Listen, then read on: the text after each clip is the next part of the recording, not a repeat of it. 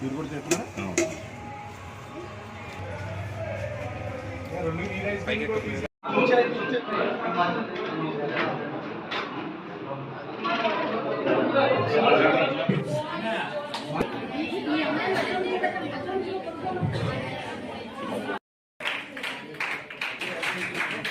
మధ్యాహ్నం భోజనం ఈ పథకాన్ని ఉపయోగించుకుని సద్వినియోగం చేసుకుని మంచి ఫలితాలు తీసుకురావడానికి కృషి చేస్తారని ఇచ్చేసిన వెంకటకృష్ణ గారికి అలాగే జనసేన గౌరవ తదితర నాయకులందరూ కూడా ఈ రోజు డొక్కా సీతమ్మ మధ్యాహ్న భోజన పథకాన్ని ఘనంగా ప్రారంభించడానికి మా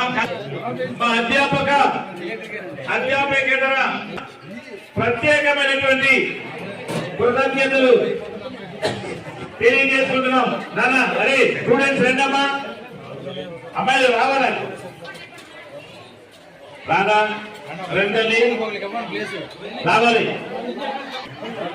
అమ్మాయి దీపిక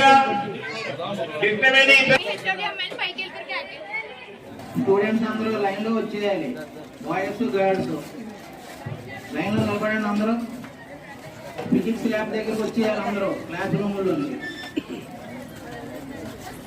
అందరూ కూడా స్టార్ట్ అయింది ప్రోగ్రాము.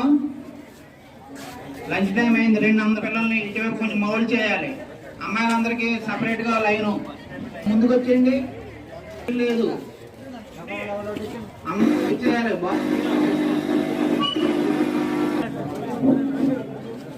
ఆ మేడ మీద ఉన్న పిల్లలు కూడా మేడ మీద ఉన్న పిల్లలు కింద దిగాలి.